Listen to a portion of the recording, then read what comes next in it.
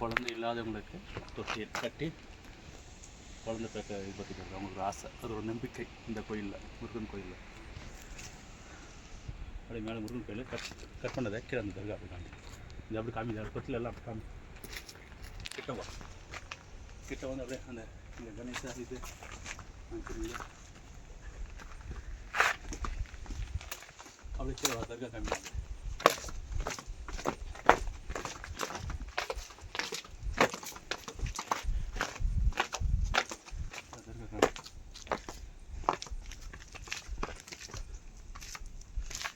அப்படியே தருக்காங்க, அந்த தருகா பார்த்துட்டிங்களா பாருங்க, இதுதான் கான்டாக்டு, இதுதான் நம்பிக்கை.